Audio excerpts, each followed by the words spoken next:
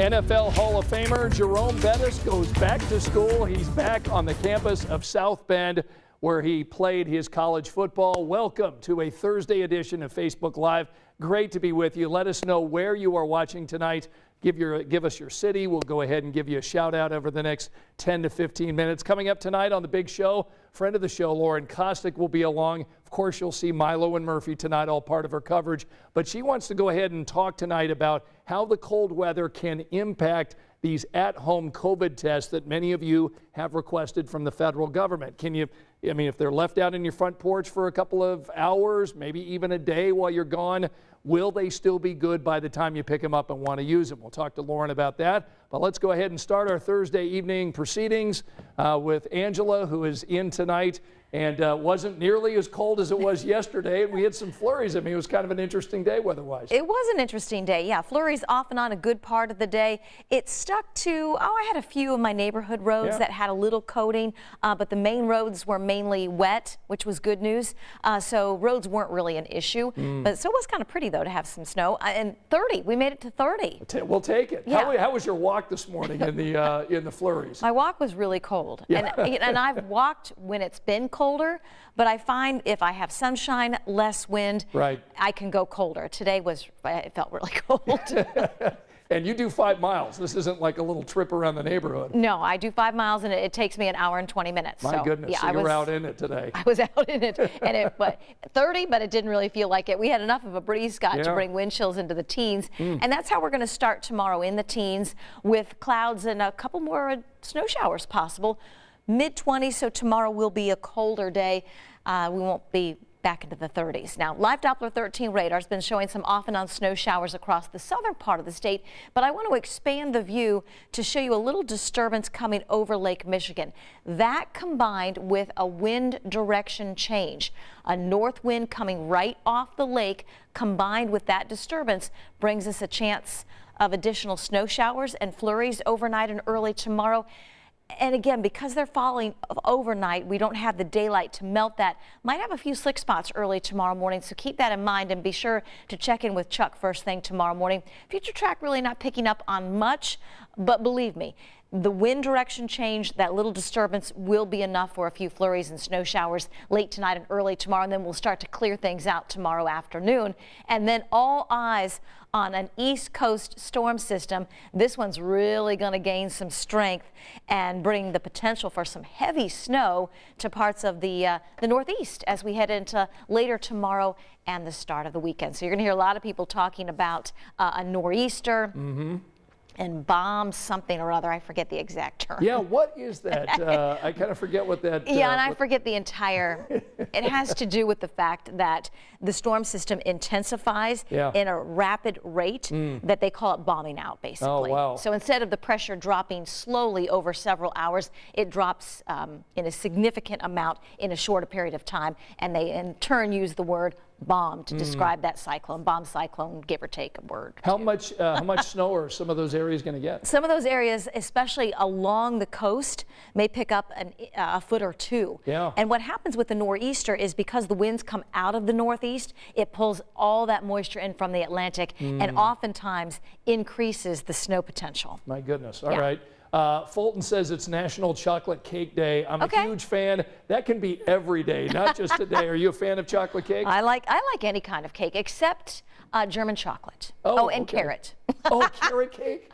I like shame on you, Angela. I like the icing on carrot cake. Oh, it's awesome. The texture of the carrots and the coconut on the German chocolate. Not a fan of that, huh? You lose me at texture there. All right. Well, let's say hello to some of our fans tonight. Anastasia joining us, David Engel from Cold, Florida. We've had a couple of Floridians, or at least Hoosiers down in Florida, saying it's been pretty cold down there. Jay is from sunny Florida tonight. Jan is joining with us tonight. Looking forward to seeing Milo and Murphy. So Jan, hang in there. We'll get to Lauren coming up. Teresa from Indy. We've got Rachel saying can't wait till it warms up. I think there are a lot of people that feel the way you do, Rachel. No kidding. We do have some milder air in the 7-day. Good. And then potentially disruptive storm is what I'm going to call it. High impact storm for the middle part of next week. Wow. It's obviously still a week away, so we've got a lot of analysis to get through, but it has the potential to bring us rain, storms, a wintry mix, and snow, all in a matter of a couple of days. So it's going to be one that we're going to watch closely for you. Okay, more to come on that in the coming days. We'll say goodbye to Angela for a moment, but we're going to go ahead and get back to her in a minute. But let's bring in friend of the show, Lauren Kostick, tonight. We'll see her dogs coming up in a moment. But first, tell us about your story tonight and how cold weather impacts these at-home COVID tests that are going to be coming in to our houses from the federal government, Lauren. Yeah, that's going to be happening very soon. I know a few people here locally in Indianapolis received theirs today. They sent me some pictures. So I'm still waiting for mine. I checked my mailbox today and it's not here yet. But if you look at the test packaging, you'll notice most of them say they need to be stored between 36 to 86 degrees, which obviously it is much colder here in Indiana, as Angela just said. So I ended up asking two doctors if this is a problem. They said, yes and no. That's because of two reasons. So one, the liquid inside these kits can freeze, which can cause false negatives. Now, it does take a lot for it to freeze, they told me, but this can happen if you leave it in your mailbox for, let's say, a week or, 3-4 days. And number two is the test kits need to be at room temperature before they can be used. And that's according to the FDA. So the bottom line is when you get that test kit, you see it on your front porch or in your mailbox, bring it in right away. And then also check to see if that liquid's frozen. If it's not, leave the package out, let it warm up, and then you're good to go. So, and also on that note, make sure when you store that test, you're not storing it in your car or your garage. You want to make sure it's in a place where it's not too hot, not too cold. All right, that's good advice, and I know you'll have more information for us tonight on 13 News at 11 o'clock. All right, so I could hear some whining, some quiet crying in the background. Is that Milo or Murphy complaining? It's my turn. Okay, oh, Milo. Okay. Hello, Milo. You just have to be patient. Come on, Murph. He's under the table. He's like, I'm trying to be patient. So I brought out their favorite treats again. Okay. Right. How are they doing on the whole rolling over thing that Angela requested the other night? I practiced, and let's see. Okay, come on, guys, back up. They can't see you. Sit. Okay, we're gonna try to go down. Oh, pretty good. We're still working. We got that far, so progress. That's really good. Progress, right? Now we got to work on the rolling over part. Yeah. Lauren, you might be able to get a side hustle on teaching dogs great behavior. You're doing a great job tonight. Look at them. Ooh. Oh, you just missed that one. It's all right. You can do it again. You want to do it again? Okay, sit. Ready? There you go. Nice. Well done.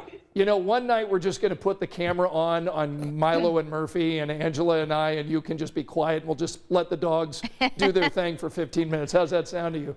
Yeah. Okay. All right, Milo, Murphy, and Lauren, thanks so much for joining us tonight. And we'll see you tonight on 13 News at 11. Now they're fighting over the one treat that's left. Oh, well done. Milo needs one more. I know. Let's bring Angela back. There you go. There you go, Milo. Oh, so cute. We love Milo and Murphy. They're the stars of Facebook. We just show up and go to the dogs, don't we? Pretty much. It could be worse. They're darn cute. That's great. All right, so one of the stories that we really enjoyed watching on the early news tonight was the story that Anne Marie did on Jerome Bettis. Jerome Bettis, as all of us know, NFL Hall of Fame running back, played with the Rams, the Steelers, went to Notre Dame. Well, he actually didn't graduate there, but has decided after all these years, he's now almost 50, decided he wanted to go back and finish his degree. And Anne Marie got this interview with the bus. Jerome Bettis is back in Indiana. He first arrived on campus at Notre Dame as a freshman recruit. That was nearly 30 years ago. And then he left to join the league after his junior year. Recently on social media, Bettis broke the news that now a Notre Dame degree is within reach.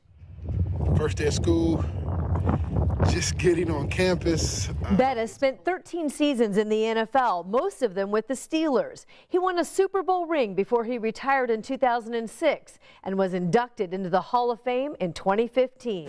But now he's staring down his 50th birthday that's going to happen right in the middle of midterms. Why put yourself through this? You've been so successful without that degree. I promised my mother that I would finish and just having two kids, I have a 16-year-old daughter, 14-year-old son. I just knew that if I wanted to, put my money where my mouth is, so to speak, I just didn't realize how cold it was in South Bend in January. You should have picked the fall semester. I know. Bettis moved into a condo near campus, and he's taking a final 4 courses, just 12 credits, until he earns his business degree. A strategic management class, foresight in business, the spirituality of work, which is another good one. Gotcha. Right on end. Yeah, nice. Is your brain 2 minutes away. clicking in? It's taken a minute for me to really get back in the flow of things, but also the technology gap is so huge. It seems like you're being very mindful and intentional in taking this step and getting away from the comfort of your family and getting away from the comfort of all the success that you've had in your professional career. So my question is, what makes you a best you? Well, for me, it's the completion of seeing something through. I will, when I graduate, have been the first of my family to have graduated. And I want to have that legacy with me, but I also want to show that legacy for my children as well. And I believe that gives me the ability to be the best version of myself that I can possibly be. Regardless of where life takes you, if you stay committed, you can still find a way to get the job done, and it's never too late. What a great life lesson, huh? Never too late. And I tell you, as you all know, my husband's a Browns fan, Right. we don't usually root for Root Pittsburgh. for the Steelers, right? But I'm rooting for him, and what a great example he's setting for young and old. And Ann mentioned that on the early evening news that on the Today Show there'll be more from Jerome Bettis. Quick story about Jerome Bettis. So back in the late 90s, he's playing with the Rams, okay? I met him in Disneyland, of all places. Ooh. I was in a fantasy football league with a guy who goes to the University of Southern California, USC, which is Notre Dame's big rival. Yes. I had a cell phone, one of the big cell phones back in the late 90s. Saw Jerome Bettis, asked him, would you mind calling my friend and just talking a little trash to my friend? Handed him the phone. He takes the phone. He got my buddy's voicemail, and he went on for about 2 minutes talking so much trash to my friend, how Notre Dame and he was going to beat USC, and how, it was just so great. Then he handed me the phone. He's like, hey, have a great day. I've never forgotten that. It was just so great. So I'm a big Jerome Bettis fan. Well, and it's so kind of him to do that for you, and you could see it in his face. Yeah. What a kind person he is. Such a great guy. All right, so if people have missed your forecast for tomorrow, it is Friday. What can we expect? A few flurries, okay. Especially the early half of the day. We're watching a little disturbance in the northern part of the state, and then we're going to get a wind shift coming off Lake Michigan. That north wind will help this disturbance grow a little bit, basically. And so some additional flurries and snow showers possible overnight and early tomorrow. Might be enough for another quick coating, so watch for a few slick spots early tomorrow. Highs tomorrow afternoon with clearing skies, mid-20s. All right, we can hardly wait for those 40s to arrive, and of course the weekend is upon us. Close. We're excited about that. So coming up tonight on 13 News, we've got Lauren's story about the COVID tests and how they react out in the cold weather, and of course Angela's 7-day forecast. We'll look ahead to that warmer weather that we're going to be enjoying next week. Thanks so much for joining us. Angela and I are with you at 10 o'clock every weeknight. Good night.